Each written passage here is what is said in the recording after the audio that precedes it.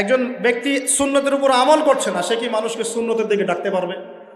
একজন ব্যক্তি হালাল খায় না, সে কি হালাল অর্থনীতি নিয়ে কথা বলতে পারবে?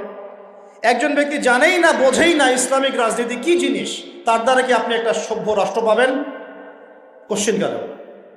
কোশ্চিনকালেও না। যতদিন পর্যন্ত একজন ওমরের মতো শাসক না আসছে, আপনি সমাজ থেকে এই দুর্নীতি, করাপশন, অন্যায়, অবিচার রোধ করতে পারবেন না। কোশ্চিনকালে হাজার চেষ্টা করে নেন, উমরের মতো একজন মানুষ যতক্ষণ না আসছে, সমাজের এই গ্লানি কখনো কেটে উঠবে না।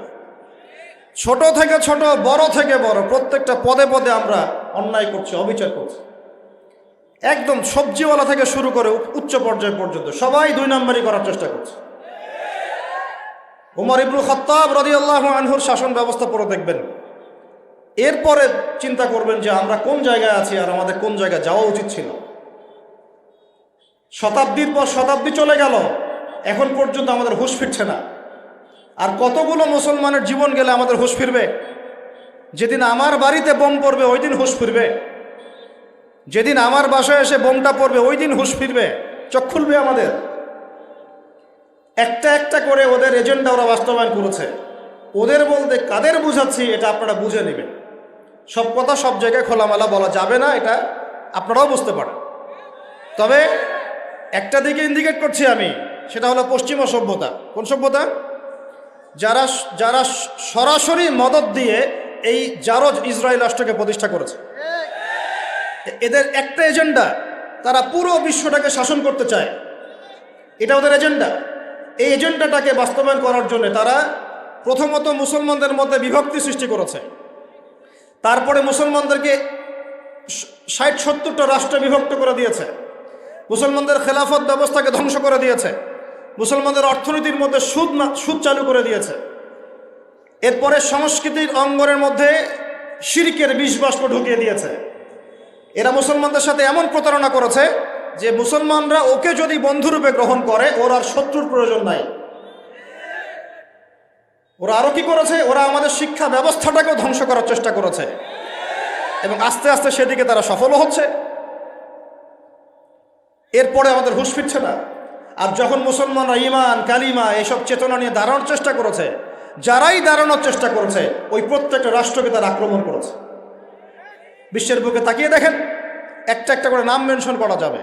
এরপরে আমরা পড়ে আছি আমাদের সেই ছোট চিন্তার মধ্য দিয়ে, ক্ষুদ্র চিন্তা নিয়ে, কে কোন দল করি আর কে কোন সংগঠন করি, কে কোন রাজনৈতিক দল করি, কে কোথায় হাত বাঁধি, কে আমিন জোরে বলি, কে আস্তে বলি, এইগুলোই আমাদের আলোচনার বিষয় হয়ে গেছে।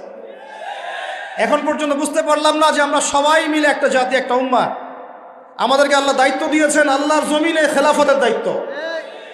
আল্লাহ পাক আদম আলাইহিস সালামকে এই জমিনে খলিফা করে পাঠিয়েছেন। নূহ আলাইহিস সালাম এই জমিন আল্লাহর খলিফা ছিলেন, ইব্রাহিম খলিফা ছিলেন, মূসা খলিফা ছিলেন, দাউদ খলিফা ছিলেন, সুলাইমান খলিফা ছিলেন, ইউসুফ খলিফা ছিলেন, মূসা ঈসা খলিফা ছিলেন, মুহাম্মদ রাসূলুল্লাহ সাল্লাল্লাহু আলাইহি ওয়াসাল্লাম আল্লাহর খলিফা ছিলেন। এরপরে আবু বকর সিদ্দিক, ওমর, ওসমান, আলী তারা আল্লাহর খেলাফতের দায়িত্ব পালন করেছেন। তখন মুসলমানরা বীরের মতো মাথা উঁচু করে বেঁচেছিল। একজন মুসলমানের গায়ে হাত তুলবে আর একটা মুসলমান মেয়ের ইজ্জত নষ্ট করবে, এই দুঃসাহস দেখানোর সাহস পুরো বিশ্বের কোথাও ছিল না।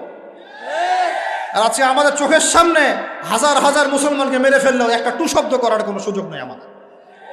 হাত পা বেঁধে ফেলা হয়েছে, হাত পা বেঁধে অত্যাচার করা হচ্ছে দিনের পর দিন। একদিন 200, 300, 500, 1000 ছোট ছোট বাচ্চাদেরকে বোম মেরে হত্যা করা হচ্ছে, আমরা কিছুই বলতে পারি না।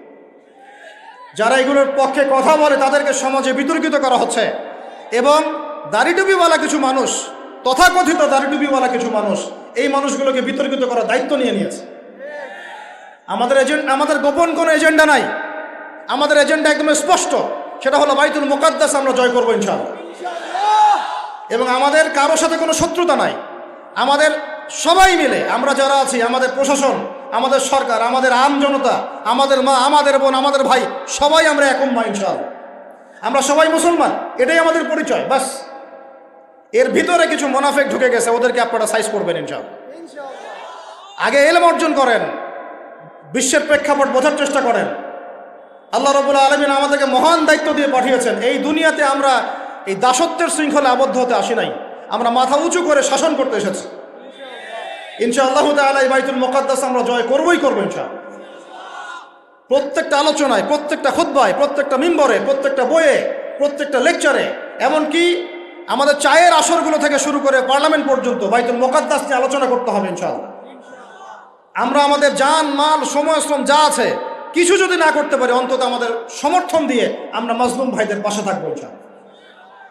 না হলে আল্লাহ রাব্বুল আলামিনের কাছে আমাদেরকে কঠিন জবাব দিতে হবে। আরবের ওই মুনাফিকদের কথা বাদ দেন, আরবের চারপাশে যে মুনাফিকরা বসে আছে ওদের কথা বাদ দেন, ভুলে যান, এদের দ্বারা কোনো কাজ হবে না ইনশাআল্লাহ। বিগত 100 বছর থেকে ওদের চোখের সামনে ইহুদিরা আমাদের ভাইদেরকে মেরেছে, হত্যা করেছে, বোনদেরকে ধর্ষণ করেছে, তারা কিছুই করতে পারে না। যে গুটি কয়েক মানুষ এর বিরুদ্ধে প্রতিবাদ করেছে ওদেরকে তারা সন্ত্রাসী আখ্যা দিয়েছে, এতটুকুই এরা করতে পেরেছে। এসব রাখেন নাটক তামাশা। ইনশাআল্লাহু আযজা ওয়া জাল এমন প্রজন্ম আমরা তৈরি করব ইনশাআল্লাহ, যেই প্রজন্মের প্রত্যেকটা ভাই আমাদের কোরআন তেলাওয়াত করতে পারে, প্রত্যেকটা বোন কোরআন তেলাওয়াত করতে পারে, প্রত্যেকটা ভাই নামাজি মাশাআল্লাহ, প্রত্যেকটা ছেলে হবে ইসমাইলের মতো, পিতা হবে ইব্রাহিমের মতো, মারা হবে হাজারা এবং সারার মতো ইনশাআল্লাহ। তাকবীর, ইনশাআল্লাহ জোরে বলেন ইনশাআল্লাহ।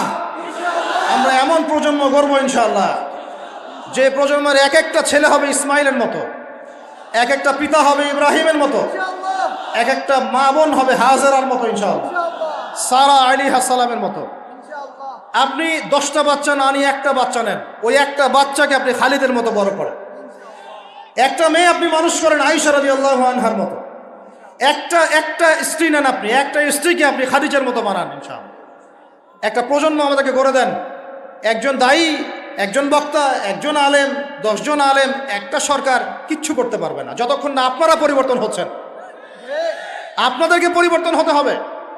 আমি এখানে জোরে গলায় কথা বলে গরম গরম বক্তব্য দিয়েও কিছু করতে পারবো না। আপনাদের সবাইকে পরিবর্তন হতে হবে, আমাদের সবাইকে পরিবর্তন হতে হবে। আজকে থেকেই 5 ওয়াক্ত নামাজি হয়ে যান, আল্লাহ তৌফিক দান করেন। কোরআন হাতে থাকবে সব সময়, যখনই সময় পাবেন কোরআন তেলাওয়াত করবেন। কোরআন আপনাকে আল্লাহর দিকে নিয়ে আসবে ইনশাআল্লাহ। সুন্নত থাকবে চেহারা থেকে শুরু করে, দাড়ি ছেড়ে দেন, টাকটুর উপরে কাপড় উঠান। রিজিকের মধ্যে হারাম থাকলে ছেড়ে দেন, সুদ থাকলে ছেড়ে দেন, ঘুষ থাকলে বাদ দেন। যদি কারো সম্পদ অন্যায়ভাবে নিয়ে থাকেন, আজকে তওবা করে সে সম্পদ ফিরাই দিয়ে আসেন।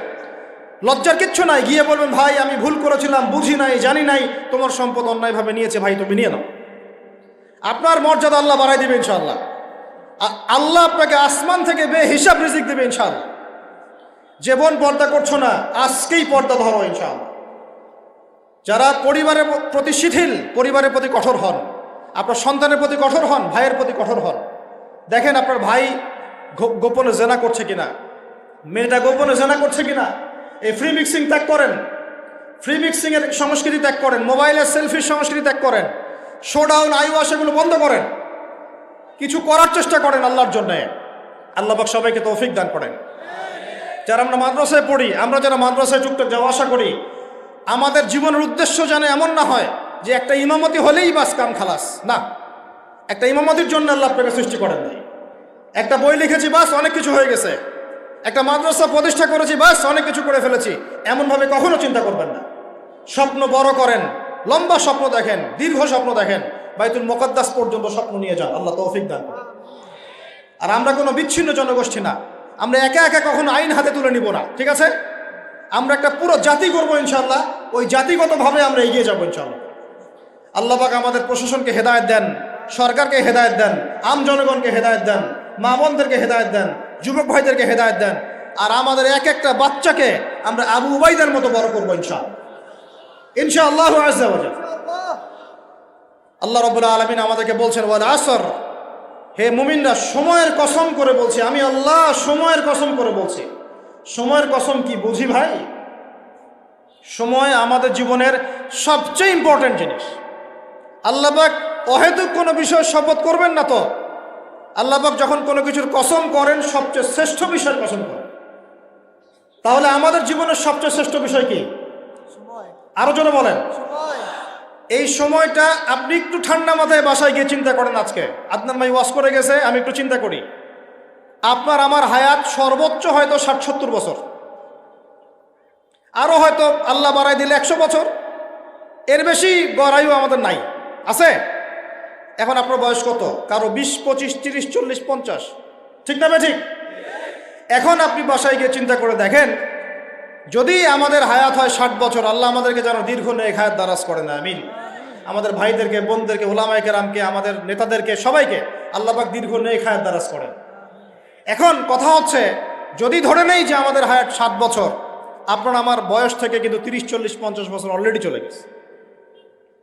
এখন চিন্তা করবেন যে এই সময় যেটা চলে গেল, এই সময়ের মধ্যে আমি কতটুকু নামাজ পড়েছি, কতটুকু রোজা রেখেছি, যাকাত দিয়েছি কতটুকু, হজ ফরজ হয়েছে করেছি কিনা, দিনের পথে আমার অবদান কি, দিনের পথে আমার অবদান কি, আল্লাহর দিনকে যে আল্লাহ সাহায্য করতে বললেন আমি কি করেছি, এই চিন্তাটুকু বাসায় গিয়ে করেন। এর সাথে এই চিন্তাটাও করেন যে এই 30, 40, 50 বছরে আমরা গুনাহ করলাম কতগুলা, কতদিন নামাজ পড়ি নাই, কতদিন রোজা রাখি নাই, কতদিন সুদ খাইলাম, কতগুলো মেয়ের সাথে আমার সম্পর্ক ভাই, কতগুলো ছেলের সাথে আমি টাঙ্কিবাজি করি, দেবর ভাবি, এখন দেবর ভাবি, তারপর শালিদুল্লাহ ভাই, পরকিয়া কত কি চলতেছে। এখন মানুষ লিঙ্গ পর্যন্ত পরিবর্তন করে, নাউজুবিল্লাহ। জেনা, সুদ আর ঘুষ আর ব্যভিচার আর অশ্লীলতার সয়লাভ চলতেছে আমাদের শহরগুলোতে। এই শীতকালের মৌসুম বিভিন্ন জায়গায় ধুম ধারাক্কা গান বাজতেছে, দেখেন না আপনারা, শোনেন। যখন মানুষ বকধার্মিক হয় তখন সমাজটা এরকম হয়। আপনি মনে করছেন নামাজ তো আমি 5 ওয়াক্ত পড়ি, আমার তো কোনো সমস্যা নাই, রোজা তো আমি রাখি, কোনো সমস্যা নাই, সৎ কাজে আদেশ তো করতেছেন, অসৎ কাজের কোনো নিষেধ নাই, তখন সমাজটা কেমন হবে জানেন? সমাজটা হবে এমন, মসজিদে নামাজও হবে, পাশে পিকনিকের এরকম ঢোল তবলা বাজবে। কারণ সৎ কাজে আদেশ তো আপনি করছেন, অসৎ কাজে নিষেধ নাই।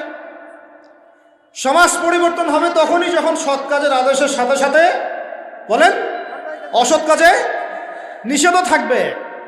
অমুসলিমরা কি করে করুক, ওইটা দেখার দায়িত্ব আমাদের না। মুসলমানের সন্তানরা যেন কখনো এরকম ঢাকঢোল না পিটায়, সারা রাত জেগে এগুলা করবা, মানুষের ঘুম নষ্ট, হার্টের পেশেন্ট আছে, এইটা আছে, ওইটা আছে। সামাজিক প্রতিবাদ করবেন, একদম সামাজিকভাবে প্রতিবাদ করবেন। এগুলো বন্ধ না করতে পারলে আমাদের সমাজের নূর নষ্ট হয়ে যাবে। এখন যে কথাটাই আসেন, এই 60-70 বছরে কত পাপ করেছে হিসাব নাই। এই পাপগুলো লিস্ট করেন, দেখেন চোখ দিয়ে পানি ঝরতে থাকবে। আমার কথায় নারাজ হচ্ছেন? এই পাপগুলো লিস্ট করেন, চোখ দিয়ে পানি ঝরবে, আল্লাহ আমাদেরকে মাফ করে দেন। সবাই বলি আমিন। কত কবিরা গুনাহ হয়েছে, কত সগীরা। তবে সন্তুষ্টির কথা এটাই, যদি এটা উপলব্ধি হয় যে না ভুল হয়ে গেছে, আপনি ওযু করে আসেন, 2 রাকাত নামাজ পড়েন, আল্লাহর কাছে ইস্তেগফার করেন, বলেন আস্তাগফিরুল্লাহ আল্লাযী লা ইলাহা ইল্লা হুয়াল হাইয়ুল কাইয়্যুম ওয়া আতুবু ইলাইহি। আল্লাহ পাক এক মুহূর্তে আপনার সব পাপ তো মাফ করে দিবেনই, সব গুনাহকে নেকি দিয়ে পরিবর্তন করে দিবেন ইনশাআল্লাহ। এই বসো তোমরা, সেলফি বন্ধ করো। এই ছেলে বসেন। কথা একটা বলে বক্তব্য শুরু করলাম, আবার ফোন বের করছেন আপনারা। ফোনগুলো পকেটে রাখেন সবাই। এখন শোনেন, সময়ের কসম বলতে আল্লাহ কি বুঝিয়েছেন ভাই আমার সাথে বলেন তো? সময়ের, আরো আসতে বলেন, সময়ের ওয়াল আসরি মানে সময়ের কসম, মানে সময়ের গুরুত্ব। আমাদেরকে সময়কে গুরুত্ব প্রদান করতে হবে। আল্লাহ পাক তৌফিক দান করেন। আজকে বাসায় গিয়ে কি করবো? হায়াতের হিসেব নিব, কি করেছি এত বছরে, আর কি কি পাপ করেছি। পাপগুলোর কথা মনে পড়লে তওবা করে ফিরে আসবো ইনশাআল্লাহ। আল্লাহ পাক তৌফিক দান করেন। আর এখন বাকি সময় যতটুকু হায়াত আমাদের বাকি আছে, আমাদের কি কর্তব্য বলেন ভাই? আমাদের কর্তব্য কি এতটুকুই যেভাবে জীবনযাপন করছি এইটুকুই করব, না আমাদের আরো কোনো কর্তব্য আছে? কথা কি বোঝা যায় না? যায় না। আমাদের কর্তব্য কি বলেন? 1 নাম্বার, আমরা নিজেরা আগে আল্লাহ পাকের কোরআন এবং নবীর সুন্নতের উপর আমল করবো ইনশাআল্লাহ। রাজি আছি? 2, আমাদের পরিবারকে এর উপরে প্রতিষ্ঠা করবো ইনশাআল্লাহ। রাজি আছি? 3, আমাদের সন্তানদেরকে কোরআন সুন্নাহ অনুযায়ী বড় করবো ইনশাআল্লাহ। রাজি আছি?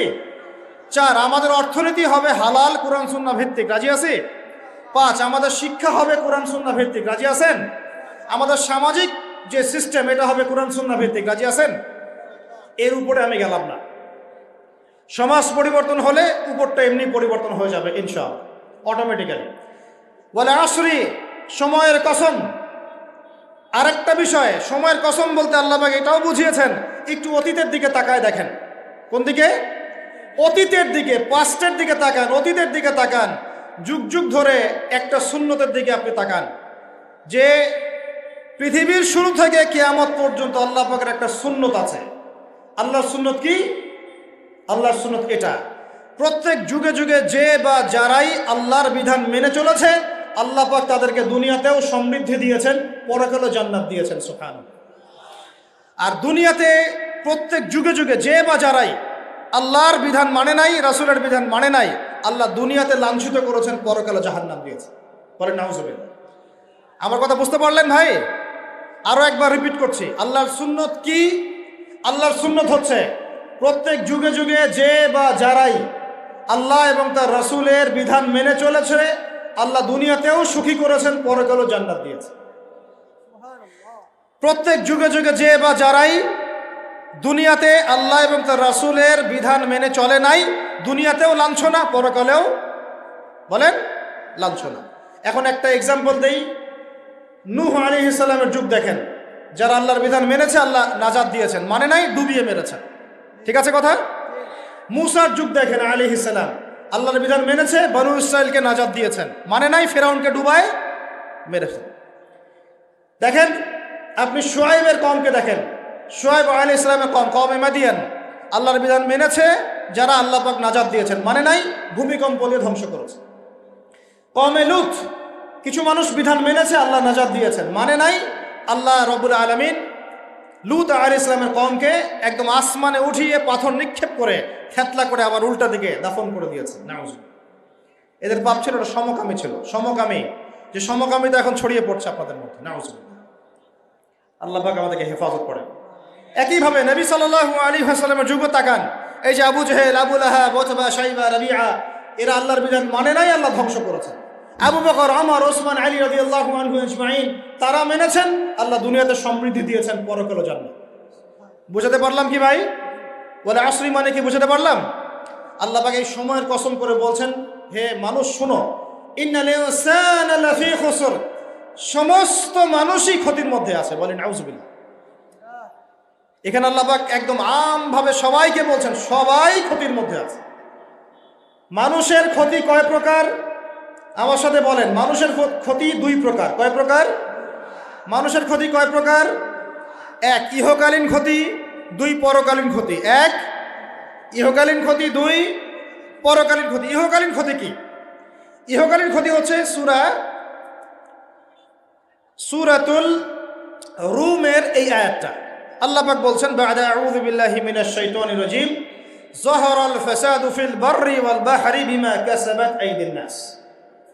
আল্লাহ পাক বলছেন, জলে, জলে মানে পানিতে, এবং স্থলে মানে এই যে জমিনে, জলে এবং স্থলে যত বিপর্যয়, অরাজকতা, এই যে আপনারা দেখছেন ফাসাদ, ফিতনা যে ছড়িয়ে পড়ছে, এগুলো মানুষের হাতের কামাই, মানুষের হাতের কামাই। বনভূমি উজাড় করেছে কে? জিন না মানুষ? বলেন। এই পরিবেশ নষ্ট করেছে কে? জিন না মানুষ? বলেন। খাবারে ভেজাল দিয়েছে কে? জিন না মানুষ? অর্থনীতির মধ্যে সুদকে ঢুকিয়েছে, জিন না মানুষ? এই বেহায়া, বেপরদামি, জেনা, মাদক কে ছড়িয়েছে? জিন না মানুষ? নামাজ কালাম ছেড়ে দিয়ে পাবজি, ফ্রি ফায়ার নিয়ে কে পড়ে আছে? জিন না মানুষ? বলেন, জিন না মানুষ? আল্লাহর বিধান বাদ দিয়ে শয়তানের বিধান চালু করেছে কে? জিন না মানুষ? যাহারাল ফাসাদু ফিল বাররি ওয়াল বাহরি বিমা কাসাবাত আইদিন নাস, জলে স্থলে যত বিপর্যয়, অরাজকতা, সমস্যা, এগুলো মানুষের হাতের কামাই। বলি নাউজুবিল্লাহ। আমরা যা করব তাই পাবো। আমরা যা করব তাই, মাদক খাচ্ছেন আপনি, আপনাকে ফল ভোগ করতে হবে। সুদ খাচ্ছেন আপনি, আপনাকেই ফল ভোগ করতে হবে। এই বেহায়ের মতো মেয়েরা চলছে, ওকেই দেখবেন ফল ভোগ করতে হবে। মেয়ের সাথে হারাম সম্পর্ক করছেন, আপনাকে ফল ভোগ করতে হবে। যে যে পাপ করবে তাকে তার ফল ভোগ করতেই হবে। আল্লাহ পাক আমাদেরকে হেফাজত করেন, মাফ করেন। আমি তাহলে মানুষের একটা ক্ষতি পেলাম, ইহকালীন ক্ষতি। কি ক্ষতি ভাই? আর দুই নাম্বার হচ্ছে পরকালীন ক্ষতি। পরকালীন ক্ষতি কেমন? এবার বোঝেন। এই যে আমরা নিশ্চিন্তে ঘুমাই, সারা জীবন 30, 40, 50 বছর নিশ্চিন্তে কাটাচ্ছি, কোনো ফিকির নাই, নিজের পরিবারের, সমাজের, রাষ্ট্রের, উম্মার কোনো ফিকির নাই, অথচ এই মানুষের সামনে অপেক্ষা করছে মৃত্যু। জি, আজকে থেকে 100 বছর পরে আমাদের মধ্যে কেউ থাকবে না পৃথিবীতে, এটাই সত্য। তারপরে আছে কবরের সওয়াল জবাব, তারপরে মিজান, এই ফুলসিরাত, পুনরুত্থান, জান্নাত জাহান্নাম, এগুলো আমাদের সামনে অপেক্ষা করছে। আর সেই মানুষ নিশ্চিন্তে বসে বসে মেয়ের সাথে টাঙ্কি মারে, সেই মানুষ বাইক নিয়ে একটা মেয়েকে নিয়ে ঘুরছে, সেই মেয়ে একটা ছেলের সাথে চটপটি ফুচকা খায়, সেই লোক আল্লাহর বিধানকে সরাই দিয়ে শয়তানের বিধান চালু করা শুরু করল, সেই ব্যক্তি সুদ খাচ্ছে, সেই ব্যক্তি ট্রান্সজেন্ডার এই মতামত প্রমোট করতেছে, হ্যাঁ, সেই ব্যক্তি শিক্ষার মধ্যে ইসলাম বিদ্বেষী বিষয় ঢুকাই দিল। অথচ এই মানুষের সামনে পরকাল অপেক্ষা করছে। একদম টেনে হিস্ট্রি আল্লাহ পাক সামনে নিয়ে দাঁড় করাবেন, দাঁড় করে জিজ্ঞাসা করবেন। তাহলে আমরা কত অপদার্থ, কত বোকা, আমরা কি বুঝতে পারছি ভাই? একটু বুঝতে পারছেন কি? আল্লাহ পাক সূরা আহজাবে এটাও কিন্তু বলেছেন যে ইন্নাল ইনসানা যালুমান জাহুলা। এর আগে আল্লাহ বলছেন ওয়ালাকাদ আরাদনা, আয়াতটা কি ভাই? ওয়ালাকাদ আরাদনা আলাল ইনসানি নাকি ওয়ালাকাদ আরাদনা আল আমানাতা আলাল ইনসান ওয়ালাকাদ আরাদনা আল আমানাতা আলাল, একটা বলেন না, খুব চমৎকার একটা আয়াত আছে। হাফেজ কে আছেন এখানে? কেউ হাফেজ নাই? ওয়ালাকাদ আরাদনা আল আমানাতা আলাস সামাওয়াতি ওয়াল আরদি ওয়াল জিবাল, এই হচ্ছে, তাই না? ঠিক আছে না? হ্যাঁ, ওয়ালাকাদ আরাদনা আল আমানাতা আলাস সামাওয়াতি ওয়াল আরদি ওয়াল জিবাল ফাআবাইনা আন ইয়াহমিলনাহা ওয়া আশফাকনা মিনহা ফাহামালাহা আল ইনসান। সুবহানাল্লাহ, শুকরিয়া, আল্লাহ পাক মনে করায় দিয়েছে। আরেকটা যদি না বলতে পারতাম মনের মধ্যে একটা অতৃপ্তি থেকে যাইত। আল্লাহুম্মা লা ইলমা লানা ইল্লা মা আল্লামতানা ইন্নাকা আনতাল আলিমুল হাকিম। আলহামদুলিল্লাহ। আরেকটার অর্থ শুনেন, মানুষ যে জালেম, জাহেল, আমরা যে অপদার্থ, আল্লাহ পাক কি বলছেন শুনুন। আল্লাহ বলছেন ওয়ালাকাদ আরাদনাল আমানাতা আলাস সামাওয়াতি ওয়াল আরদি ওয়াল জিবাল, আমি ইসলামের এই আমানত, শরিয়াত, কোরআন হাদিসের এই যে আমানতটা, এটা আসমান সমূহকে দিতে চেয়েছিলাম, তোমরা কি নিবা? আমি জমিনকে দিতে চেয়েছিলাম, তোমরা নিবা? আমি পাহাড়কে দিতে চেয়েছিলাম, তো আমানত কি নিবা? ফাআবাইনা, তারা বলেছে না, নিতে পারবো। ওয়া আশফাকনা মিনহা, তারা অক্ষমতা প্রদর্শন করেছে। ফাহামালাহা আল ইনসান, মানুষ সেই আমানতটা কাঁধের মধ্যে বহন করেছে। আমরা সেই আমানত কি করেছি ভাই? কাঁধে বহন করেছি। আল্লাহ পাক বলছেন ইন্নাল ইনসানা যালুমান জাহুলা, মানুষ কত জালেম, মানুষ কত জাহেল। আমাদের সামনে পরকালীন এই কঠিন জবাবদিহিতা অপেক্ষা করছে। এরপরে আমাদের জীবনযাপন পদ্ধতি দেখলে মনে হয় যে আমাদের মধ্যে আর গরু ছাগলের মতো করে পার্থক্য। কেন? গরু ছাগলের কাজ কি? খাবে, ইস্তেঞ্জা করবে আর সহবাস করবে, বাস। আমাদের এখন এই তিনটা কাজ, কি খাবো, আর কোন টাইলস ফিটিং বাসায় পায়খানা করব, আর কতগুলো বাচ্চা পয়দা করতে হবে, বাস, দ্যাটস অল। এর বাইরে আমাদের চিন্তা কোথায়? আচ্ছা, এবার আসেন, সময়ের কসম বুঝতে পারলেন? ইন্নাল ইনসানা লাফি খুসর বুঝতে পারলেন? আচ্ছা, আল্লাহ পাক এবার আমাদেরকে বলছেন, আচ্ছা ঠিক আছে, 4টা গুণ অর্জন করো। কয়টা ভাই? একটু বসেন, সবর করেন, আমরা অনেক লম্বা আলোচনা করব না, আমরা বুঝতে পারছি রাত অনেক গভীর হচ্ছে, আমরা সংক্ষিপ্ত করবো ইনশাল্লাহ। আমার সাথে বলেন, কয়টা গুণ অর্জন করব? আল্লাহ পাক বলছেন এই 4টা গুণ যারা অর্জন করবে তারা ওই ক্ষতি থেকে বেঁচে থাকবে ইনশাআল্লাহ। সুবহানাল্লাহ। দুনিয়াতেও তারা সফল হবে, পরকালেও সফল হবে ইনশাআল্লাহ। আল্লাহ বলছেন ইল্লাল্লাযীনা আমানু, তারা নয় যারা এক ঈমান এনেছে, তারা ক্ষতির মধ্যে নাই, যারা ঈমান এনেছে। 2 ওয়া আমিলুস সলিহাত, সৎ আমল সম্পাদন করেছে। কি আমল? সৎ আমল। তারপরে ওয়া তাওয়াসাউ বিল হক, পরস্পরকে সত্যের উপদেশ দিয়েছে। কিসের উপদেশ? সত্যের। 4 ওয়া তাওয়াসাউ বিস সবর, এবং পরস্পরকে ধৈর্যের উপদেশ দিয়েছে। কয়টা বললাম বলেন তো ভাই? আমার সাথে বলেন। 1 নাম্বার কি? যারা, আপনারা কি হাসি তামাশা করতে আসছেন এখানে? এটা ক্লাসের মতো মনে করেন, এটা একটা ক্লাসের মতো মনে করেন। ট্রেডিশনাল ওয়াজ মাহফিল বাদ দেন, ওই সুর গল্প কেচ্চা কাহিনী বন্ধ করেন, কিছু শিখেন। 4টা গুণাবলী অর্জন করলে ক্ষতি থেকে বাঁচতে পারবো, অন্যথায় কোনো সুযোগ নাই। যত বড় ফকিহ হন, আলেম হন, মুহাদ্দিস হন, মুফাসসির হন, পলিটিক্যাল নেতা হন, কোনো লাভ নাই, কিচ্ছু হবে না পরকালে, একদম নাজাতের রাস্তা বন্ধ। যদি চারটা গুণাবলী অর্জন না করতে পারি। কয়টা ভাই? এক নম্বর ইল্লাল্লাযীনা আমানু, যারা ইমানদার হয়েছে। এক নম্বর কি? ইমানদার হয়েছে, পাক্কা ইমানদার হয়েছে। দুই নম্বর ওয়া আমিলুস সলিহাত, সৎ আমল করেছে। কি আমল? ওয়া তাওয়াসাউ বিল হক, হকের দাওয়াত দিয়েছে। কিসের দাওয়াত? চার নম্বর ওয়া তাওয়াসাউ বিস সবর, ধৈর্যের দাওয়াত দিয়েছে, ধৈর্যের উপদেশ। কিসের উপদেশ? এটা কি শুধু একজন ব্যক্তির উপরে বর্তাবে না সবার উপর দায়িত্ব? এই সূরায় কি শুধু আলেমদেরকে উদ্দেশ্য করা হচ্ছে? শুধু মুফাসসিরদেরকে? শুধু মুহাদ্দিসদেরকে? শুধু বক্তাদেরকে? নাকি সবাইকে? এই সবাই মিলে যখন এই চারটা গুণাবলী অর্জন করবেন, দেখবেন ইনশাআল্লাহ দুনিয়াতেও বিজয় আমাদের, পরকালে আমাদের ইনশাআল্লাহ।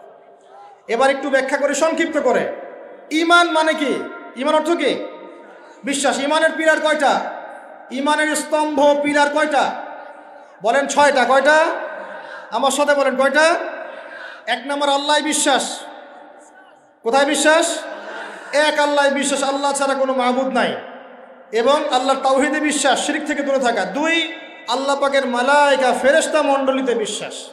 ফেরেশতায় বিশ্বাস করি তো ইনশাআল্লাহ? এই জায়গাটাতে ফেরেশতারা আছেন, বিশ্বাস করেন? আমাদের দু কাঁধে ফেরেশতা আছেন, বিশ্বাস করেন? আপনি যখন আয়াতুল কুরসি পড়ে ঘুমান, তখন একজন ফেরেশতা আপনাকে পাহারা দেন, বিশ্বাস করেন? সুবহানাল্লাহ, সুবহানাল্লাহ। এরকম অগণিত অসংখ্য ফেরেশতা আছে আল্লাহ পাকের। কতগুলা? এই আরশে আজিম, এই আমরা বলি আরশে আজিম, নিচে একটা জায়গা আছে সপ্তম আসমানের উপরে, তার নাম হলো বাইতুল মামুর। কি নাম? বাইতুল। ওটা হচ্ছে একটা ফেরেশতাদের তাওয়াফ করার জায়গা। আমরা যেমন কাবা ঘরে তাওয়াফ করি না? করি না? কারা কারা করেছেন হাত তোলেন? মাশাআল্লাহ, মাশাআল্লাহ। আল্লাহ পাক আরো বেশি করার তৌফিক দান করেন। আর যারা করে নাই তাদেরকেও তৌফিক দান করেন। আল্লাহ পাক সবাইকে হজ করার তৌফিক দান করেন। শোনেন, তবে একটা কথা বলে রাখি, ওই হজ উমরা সফরে গিয়ে, প্রসঙ্গ অন্যদিকে চলে যাচ্ছে, ওই জন্য বলতে যাচ্ছি না লম্বা করে, হজ উমরা সফরে গিয়ে এই মোবাইল ফোনগুলো নিয়ে যাবেন না। এই বাটন ফোন নিয়ে যাবেন। এই মোবাইল ফোন হজ উমরা সফরে নষ্ট করে ফেলেছে। এই হজ উমরা সফরে আমরা দেখে আসলাম যে মোবাইল ফোনের কারণে মানুষ ইবাদতের যে নূর নষ্ট করে ফেলেছে। ওখানে গিয়ে সেলফি, শোডাউন, এইটা ওইটা, আল্লাহ মাফ করেন আমাদের। আর সুবহানাল্লাহ, মানুষ এখন হারাম এলাকাতেও দেখি সিগারেট খায় বসে বসে। হ্যাঁ, হারামের বাইরে, মসজিদ নববীর বাইরে আমি তো দেখেছি এক মহিলাকেও সিগারেট খাইতে। মানুষের সাইকোলজি এমন হয়ে গেছে এখন যে নববী, হারাম, এগুলোর পাশে বসে মানুষ সিগারেট খাচ্ছে, স্মোক করছে। আপনারা যারা এই সফরে গিয়েছেন বা যাবেন ভবিষ্যতে, এই ফোন আর এই জিনিসগুলো আপনারা কখনো, খবরদার, এগুলো কখনো করতে যাবেন না। সিগারেট তো এমনিতেই খাবেন না, বলছি মোবাইল ফোনও নিয়ে যাবেন না, এই স্মার্টফোনটা নিয়ে যাবেন। যে ফোনটাতে বাটন কথা বলা যায় এতটুকু নিয়ে যাবেন। যদি নিয়ে যেতেই হয়, এটাকে হোটেলে বা কোথাও রেখে আসবেন, ইবাদতের মধ্যে এটা নিয়ে যাবেন। যাই হোক, ওইদিকে যাচ্ছি না, ওইটা অন্য প্রসঙ্গ। যেটা বলতে চাচ্ছিলাম যে আল্লাহ পাকের অগণিত ফেরেশতা আছেন। এই ফেরেশতাদের তাওয়াফের জন্যে আল্লাহ পাক একটা ঘর বানিয়েছেন, তার নাম বাইতুল মামুর। কি নাম? তো এই বাইতুল মামুরে যে ফেরেশতা একবার তাওয়াফ করে, কয়বার ভাই? সে আর কিয়ামত পর্যন্ত তাওয়াফের সুযোগ পাবে না। বলেন সুবহানাল্লাহি ওয়া বিহামদিহি, সুবহানাল্লাহিল আযীম। তাহলে আপনি কি বুঝতে পারলেন আল্লাহর ফেরেশতার সংখ্যা কত? যে একবার তাওয়াফ করেছে সে কিয়ামত পর্যন্ত আর সুযোগ পাবে না। চিন্তা করা যায়। এখন ঈমানের পিলার কয়টা বললাম ভাই? এক নাম্বার কিসে বিশ্বাস? আল্লাহ বিশ্বাস করি তো নাকি? তা আল্লাহ বিশ্বাস করলে যুবকরা এখন আত্মহত্যা করে কেন? বলেন, আল্লাহ বিশ্বাস যদি করেন তাহলে রেজাল্ট খারাপ হলে আত্মহত্যা করেন কেন? আল্লাহ আপনার তাকদির লিখেন নাই?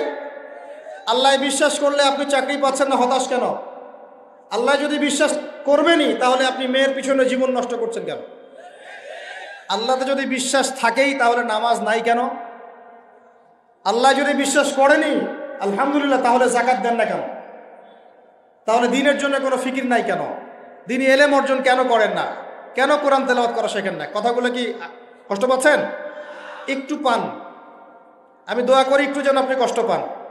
এবং এই কষ্টটা যেন আপনাকে আল্লাহর দিকে নিয়ে আসে, এই কষ্টটাই যেন আপনাকে আল্লাহর দিকে নিয়ে আসে। আল্লাহ তৌফিক দান করেন, আমিন। সবসময় নরম নরম ওয়াজে কাজ হয় না, সবসময় নরম নরম কথা বলে কাজ হয় না। আমাদের কাছে আবু বকর রাদিয়াল্লাহু আনহুর সুন্নতও আছে, ওমর ইবনে খাত্তাবের সুন্নতও আছে। আল্লাহ পাক আমাদেরকে তৌফিক দান করেন, আমিন। তাহলে ভাই আল্লাহ বিশ্বাস করবো তো ইনশাআল্লাহ? তাহলে এক কথায় আল্লাহর কোনো হুকুম ছাড়া যাবে না। রাজি? আল্লাহ পাকের কোনো হুকুম হাকাম ছাড়বো না ইনশাআল্লাহ। রাজি আছেন? আল্লাহ তুমি কবুল করো, আমিন। দুই, আল্লাহ পাকের ফেরেশতা মণ্ডলীতে বিশ্বাস করি তো ইনশাআল্লাহ? ফেরেশতায় বিশ্বাস করলে গোপন পাপ কিভাবে করতে পারি? ফেরেশতায় বিশ্বাস করলে বাথরুমে পাপ করেন কিভাবে?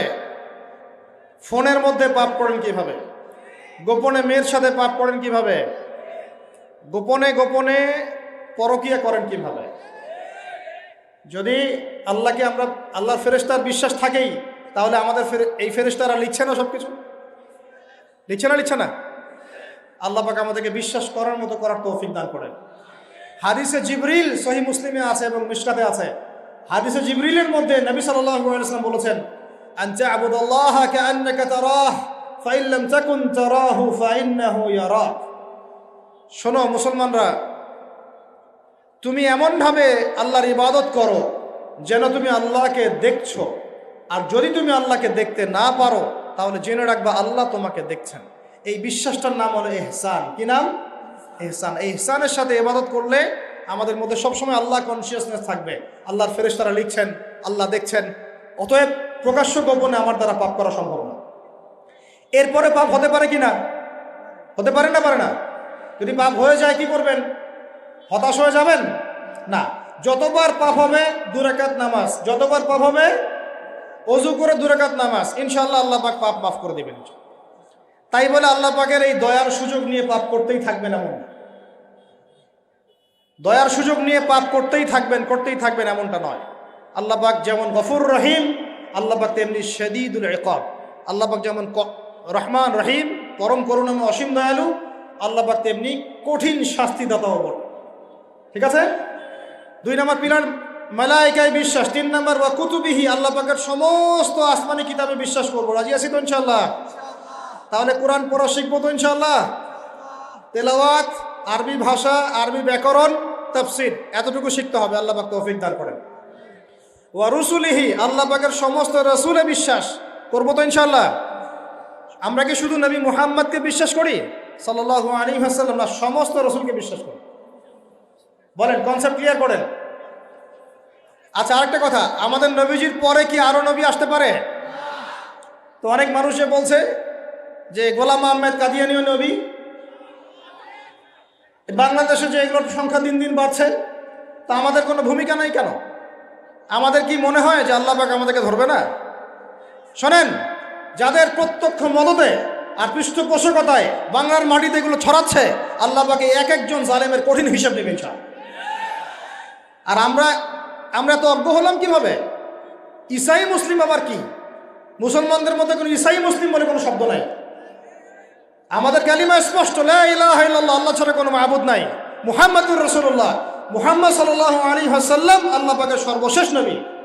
তারপর লা নবিয়্যা বা'দা, তারপরে কোনো নবী আসবে না। হ্যাঁ, ঈসা ইবনে মারইয়াম আসবেন। তিনি আসবেন কখন? দাজ্জালকে হত্যা করার জন্য। নবী হিসেবে নন, তিনি আসবেন কি হিসেবে? উম্মাহ হিসেবে। আল্লাহ রাব্বুল আলামিন আমাদের একদম আকীদা পরিষ্কার করে রাখেন ইনশাআল্লাহ। আর এই ধরনের দাওয়াত যদি দিতে কেউ আসে, একটা চল লাগাই দিবেন ধরে। তারপর কি হবে দেখা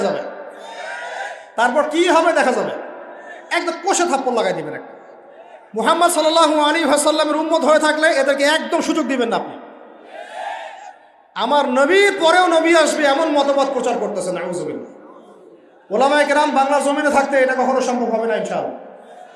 এদের যত পণ্য আছে, এগুলো একটা পণ্য ব্যবহার করবেন না কখন।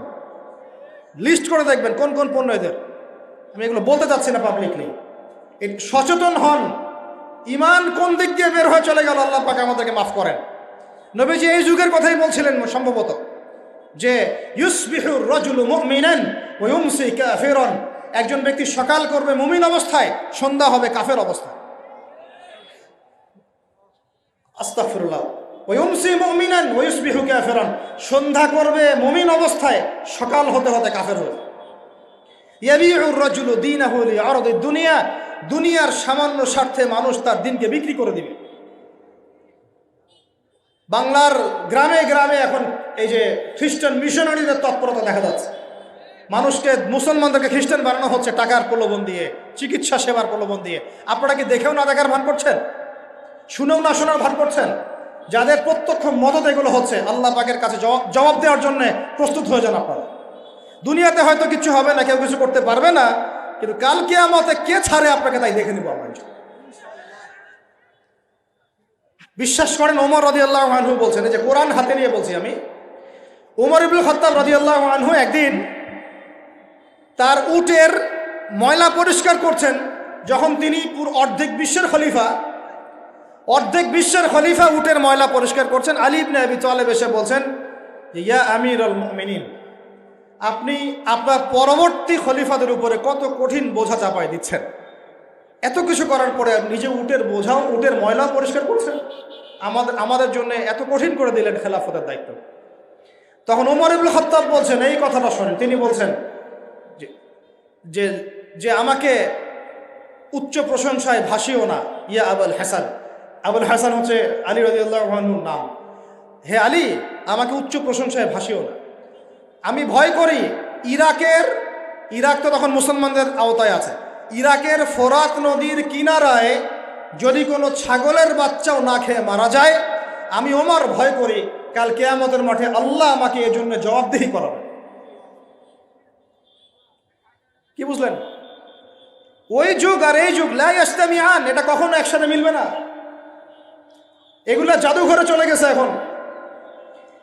তিনি বলছেন, ওমর রাদিয়াল্লাহু আনহু যিনি জান্নাতের সার্টিফিকেট প্রাপ্ত মানুষ, যার জান্নাতের ঘর আল্লাহ রসুল দেখে এসেছেন, তিনি বলছেন যে আমি ভয় করি ইরাকের ফোরাত নদীর কিনারায় কোনো মেষ পালক বা ছাগলের বাচ্চা, মেষ শাবক, তারাও যদি না খেয়ে পানির পিপাসায় মারা যায়, আমি ওমর ভয় করি কাল কিয়ামতের মাঠে আল্লাহ আমাকে জবাবদিহি করে। আর কিছু বলতে হবে আপনাদেরকে? ব্যাস, যার মধ্যে নফসের মধ্যে নূর আছে তার জন্য উপদেশ যথেষ্ট। ফাযাক্কির ইন্নামা আনতা মুযাক্কির, তুমি উপদেশ দাও, তুমি শুধু উপদেশ দাতা। লাস্তা আলাইহিম বিমুসাইতির, তুমি কারো প্রতি দারোগা নও। ফাযাক্কির ইন নাফাআতিয যিকরা, যদি উপদেশ কাজে আসে উপদেশ দিয়ে যাও। সায়াযাক্কারু মান ইয়াখশা, যে আল্লাহকে ভয় করে সে ইনশাআল্লাহ অতি শীঘ্রই লাইনে চলে আসবে। আল্লাহকে ভয় করো, ব্যাস আমাদের কাজ এতটুকুই, এর বেশি আমাদের কোনো দায়িত্ব নাই। এখন শোনেন, যে কথা বলতে এতদূর চলে আসলাম, মুহাম্মদ সাল্লাল্লাহু আলাইহি ওয়াসাল্লামের পরে আর কোনো নবী আছে? আকীদা স্পষ্ট থাকবে তো ইনশাআল্লাহ? এবার আসেন, ওয়া কুতুবিহি বলতে আমরা সমস্ত কিতাবে বিশ্বাস করি, ওয়া রুসুলিহি বলতে আমরা সমস্ত আম্বিয়া কিরামে বিশ্বাস করি। ওয়াল ইয়াউমিল আখির, 5 নাম্বারটা কি ভাই? ওয়াল ইয়াউমিল আখিরাতের জীবনে আমরা বিশ্বাস করি। আখিরাতে যদি বিশ্বাস করি তাহলে আমাদের দ্বারা দুনিয়াকে সর্বোচ্চ অগ্রাধিকার দেওয়া সম্ভব না। আমরা দুনিয়ায় চলবো আখিরাতের স্বার্থে। কিসের স্বার্থে? দুনিয়া চলবো কিসের স্বার্থে ভাই? আল্লাহ তৌফিক দান করেন, আমিন। আমাদের চলার মূল মন্ত্র একটাই, কোন কাজ আমাদেরকে আখিরাতে বেনিফিটেড করবে, উপকার দিবে, ওই কাজে আমি আসি। যেই কাজ আমাকে পরকালে কোনো ফায়দা দেয় না, ওই কাজে আমি নাই। কথা ক্লিয়ার? যেই কাজ আমাকে আখিরাতে কি দিবে, ফায়দা দিবে, সেই কাজে আমি আসি। যেই কাজ ফায়দা দিবে না, সেই কাজে কি? তো এখন গার্লফ্রেন্ড ফায়দা দিবে? সুদ ফায়দা দিবে? বলেন, অন্যের সম্পদ আত্মসাৎ করা ফায়দা দিবে? জুলুম করলে ফায়দা দিবে? বুঝবেন, আল্লাহ পাক বোঝার তৌফিক দান করেন, আমিন। 6 নাম্বারটা হচ্ছে ওয়া আন তুমিনা বিল কদরি খাইরি ওয়া শাররি, তাকদীর বা ভালো মন্দের এই ফয়সালার প্রতি, আল্লাহর পক্ষ থেকে ফয়সালার প্রতি তুমি বিশ্বাস করবে। এই 6টা হলো পিলার। 6 নম্বর পিলারটা কি ভাই? তাকদীর বা ভাগ্যে বিশ্বাস করা, করি কি না? এইখানে আপনাদের সাথে আমার কথা, তাকদীর বা ভাগ্যে বিশ্বাস করলে রিজিক নিয়ে এত পেরেশান হওয়ার কিছু নাই। তাকদীর ভাগ্যে বিশ্বাস করলে এই যে ছোটখাটো বিপদ আপদ বালা মুসিবত আসতেছে আমাদের জীবনে, আসতে আসে না, এগুলোতে বিচলিত হওয়ার কিছু নাই, কিছু নাই। আমার তাকদীরে যা লেখা হয়েছে আল্লাহ পাক ছাড়া এটা কেউ বদলাতে পারবে না। আপনার আমার তাকদিরে যদি লেখা থাকে যে আমাদের হাতে আল্লাহর জমিনে আল্লাহর কালিমার পতাকা প্রতিষ্ঠিত হবেই, কোনো শক্তি ঠেকাতে পারবে না। আর যদি না লেখা থাকে তাহলে সারা দুনিয়া মিলেও আমার কোনো উপকার করতে পারবে না। আমরা আল্লাহর প্রতি পূর্ণ তাওয়াক্কুল করি, পূর্ণ বিশ্বাস রাখি ইনশাআল্লাহ। আর এটাও বিশ্বাস করি ইনশাআল্লাহু তাআলা আল্লাহ পাক আমাদের হাতে আল্লাহর জমিনে দিন কায়েম করাবেন ইনশাআল্লাহ। কেউ আটকাতে পারবে না ইনশাআল্লাহ তাআলা, যদি আল্লাহ পাক আমাদের সাথে থাকে। এখন আল্লাহ কার সাথে থাকবেন? ওই যে শুরুতে বলেছে ইন তানসুরুল্লাহ ইয়ানসুরুকুম, যে আল্লাহর দিনকে সাহায্য করে আল্লাহ তার সাথে থাকবে ইনশাআল্লাহ। কথা ঠিক আছে ভাই? আচ্ছা, আর বেশ বাড়ালাম না, এবার আসেন। এক নম্বর বুঝলেন, ইমানদার হতে হলে এইরকম ইমানদার হতে হবে। কয় পিলার ভাই? কয় পিলার?